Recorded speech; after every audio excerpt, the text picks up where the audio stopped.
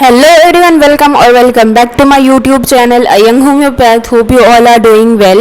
So जैसे आप लोग देख पा रहे होंगे कि आज हम एक बहुत इंपॉर्टेंट वाली टॉपिक के बारे में बात करने वाले हैं from the Organon of medicine which is a surrogates. ठीक है, सरोगेट्स जो है वो आपको थर्ड ईयर से या फिर तो अराउंड अभी जो हमारा न्यू सिलेबस आया उसके अंदर हो सकता है कि आपको सेकेंड ईयर से भी एक क्वेश्चन आए. सो ये कंटिन्यूएशन में इतना फेवरेट ये टॉपिक है कि ये कंटिन्यूएशन में ही रहता है. ठीक है, जैसे कि सेकेंड ईयर में पूछ लिया गया तो फिर वापस से थर्ड ईयर में भी पूछा जाता है, इवन तो फोर्थ ईयर में भी पूछा जाता है. ठीक है, तो आपको सरोगेट्स के बारे में पता होना ही चाहिए. आपने ये चीज़ पढ़ी हुई होनी ही चाहिए. ठीक है, बिकॉज कि ये अगर आपको पूछा जाएगा तो ये एक बहुत सिंपल वाला टॉपिक है. ठीक है, आप बहुत ईजीली इसके अंदर से मार्क्स गेन कर पाओगे. तो मार्क्स की अगर बात चली है तो मैं आपको बता देती हूँ कि ये किस तरीके से पूछा जाता है. तो ये आपको शॉर्ट नोट में ही मोस्ट ऑफली पूछा जाता है, इसके अंदर से कोई फुल क्वेश्चन नहीं बनता है. ठीक है, सो आगे बात करेंगे कि ये कौन से अफोरिज्म के अंदर आपको मिलता है. बिकॉज कि मैंने आपको हर बार बताया है कि जब भी आप ऑर्गेनॉन का कोई भी पेपर लिख रहे हो तो आपको हमेशा उसके जो एफोरिज्म है या फिर तो अगर आप फिलोसॉफी का चीज़ें लिख रहे हो तो उसके अंदर ये कौन से ऑथर ने लिखा हुआ है, उसकी कौन सी बुक है, उसके कौन सा चैप्टर नंबर है, ये सारी चीज़ें लिखना इज़ इम्पॉर्टेंट. ठीक है, इससे आपका एक अच्छा वाला इंप्रेशन पड़ता है on the examiner. So it is written in the aphorism number 118, 119 and also in the footnote of 119. ठीक है, तो इतनी चीज़ों के अंदर आपको सरोगेट्स के बारे में पता चलता है. सरोगेट्स जो हैं, जैसे आपने सिंपल वर्ड के अंदर मैं आपको पहले समझा दूं आगे डिटेल में ना जाते हुए कि सरोगेट होता क्या है. ठीक है, तो जैसे आपने सुना होगा कि हम अभी करवाते हैं सरोगेसी. ठीक है, जैसे सरोगेसी हम करवाते हैं जिसमें हम क्या करते हैं कि जो ओरिजिनल मदर है उनको उनके जो यूट्रस है उसके अंदर बेबी नहीं रहता, दूसरी जो लेडी है उनके यूट्रस के अंदर हम जो है बेबी वहाँ पर ग्रो करते हैं. उसके बाद जैसे ही बेबी आया तो हमने जो ओरिजिनल पेरेंट्स हैं उनको वो चीज़ दे दी, वो बेबी दे दिया. ठीक है, इसको हम इन शॉर्ट सरोगेसी बोलते हैं. बहुत ईजी लैंग्वेज में मैंने समझाया है. सो इन शॉर्ट इसका मतलब क्या हुआ कि हमने जो एक पर्सन है, जो एक मदर है, ओरिजिनल मदर है, उसके अलावा हमने दूसरी मदर से ये काम करवाया है. उसी को आप यहाँ पर कोरिलेट कर सकते हो कि जब हमने कोई मेडिसिन हमारे पेशेंट के लिए चूज़ करी है कि मैंने इस पर्टिकुलर पेशेंट को भाई बेलाडोना देनी है. ठीक है, लेकिन अगर आपके क्लिनिक के अंदर या फिर तो आप कहीं पर भी काम कर रहे हो वहाँ पर बेलाडोना नहीं है या फिर तो बेलाडोना की वो पोटेंसी नहीं है, तब आप सोचते हो कि भाई मैं बेलाडोना के अलावा एकोनाइट दे देती हूँ. ठीक है, तो इसको बोलते हैं सरोगेट्स. ठीक है, लेकिन आपको हमेशा पता है कि हम होम्योपैथी के अंदर इंडिविजुअलाइजेशन करते हैं, सिमिलिमम ढूंढते हैं. कोई मेडिसिन दूसरी मेडिसिन के जैसी नहीं हो सकती, कोई एक पेशेंट दूसरे पेशेंट के जैसा नहीं हो सकता. There is individualisation. ठीक है, तो इसी वजह से हम होम्योपैथी के अंदर ये वाली प्रैक्टिस नहीं करते हैं. ठीक है, बस इतनी ही चीज़ अगर आपको समझ में आ गई तो आप बहुत ईजिली सरोगेट्स को समझ जाओगे. ठीक है, सो वर्ड मीनिंग यहाँ पर देख लेते हैं. सरोगेट्स का मतलब क्या होता है, उसका एक सिंपल मतलब कि डिक्शनरी के अंदर सिंपल एक्सप्लेनेशन है विच इज सब्सटीट्यूट. ठीक है, to put on in another place. ठीक है, जो जहाँ पर जिस चीज़ को होना चाहिए उसके अलावा हम दूसरी चीज़ को रख देते हैं.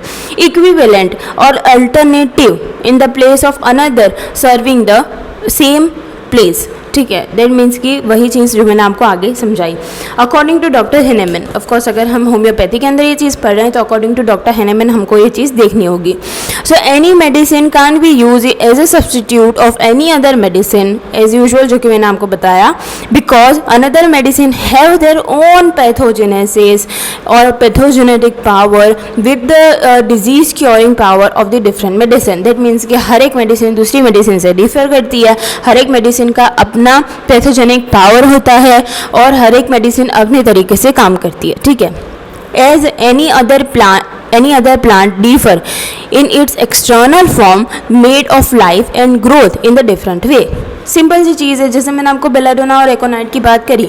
बेला और एकोनाइट दोनों प्लांट हैं, लेकिन उन दोनों के प्लांट का अगर तुम फिजिकली उन दोनों प्लांट को भी देखोगे तो वो डिफर करेंगे. ठीक है, बेला का प्लांट अलग होगा, एकोनाइट का प्लांट अलग होगा. ठीक है, तो इसीलिए जैसे कि दो प्लांट अलग तरीके से ग्रो करते हैं उसी तरीके से दोनों मेडिसिन अलग तरीके से काम करती है. Any other thing differ internally and the physical, chemically to to one another. That means कि जिस तरीके से एक्सटर्नली उनका फीचर अलग है उसी तरीके से इंटरनली भी उनका काम अलग है। So certain medicine differ and derive among themselves in their pathogenic और therapeutic effect. That means कि हर एक मेडिसिन या फिर तो दो मेडिसिन एक दूसरे से डिफर करती है on the two plane. First thing which is pathogenic effect and second one which is therapeutic effect. Pathogenic effect से क्या होगा, डिजीज कोज होगी। थेरापेटिक इफेक्ट से क्या होगा, वही डिजीज़ क्योर होगी। ठीक है, तो जैसे हमने पोटेंसी वाले भी चैप्टर के अंदर पढ़ा था, लेक्चर के अंदर पढ़ा था कि भाई स्मॉल डोजेस के अंदर मेडिसिन अलग काम करती है, लार्ज डोजेस के अंदर मेडिसिन अलग काम करती है। उसी तरीके से उसका पैथोजेनिक इफेक्ट भी होता है, उसका थेरापेटिक इफेक्ट भी होता है। ठीक है, every medicine exhibits particular action on the humans which are not produce in the externally same manner by any other medicine substance of the different kind. That means कि जो एक मेडिसिन है वो एक पिक्यूलियर एक्शन अपना होता है on the humans. ठीक है, सेम वे जैसे हमने एक एग्जांपल लिया था कि जो आई थिंक लाइकोपोडियम है या फिर तो इपिका कुहाना है। ठीक है, तो उसका एक्शन हॉर्स के ऊपर अलग होता है, उसका एक्शन ह्यूमंस के ऊपर अलग होता है। ठीक है, तो उसी तरीके से हर एक मेडिसिन अपने तरीके से कुछ पिक्यूलियर एक्शन रखती है ऑन द ह्यूमंस। ठीक है, and produce exactly same manner by any other medicine substance of a different kind. ठीक है, so any one medicine can be similar moment of time and none else will act equally well. ठीक है, उसके अलावा the desired effect can't obtain by employing any other medicine instead of homeopathic indicated. ठीक है, that means कि जो हमको चीज़ें चाहिए, जो हमको क्योर चाहिए, एक्चुअली हमारी मेडिसिन से जो एक्शन चाहिए वो कोई एक ही मेडिसिन दे सकती है जो कि उस टाइम पर सिमिलिमम होगी उस केस के लिए।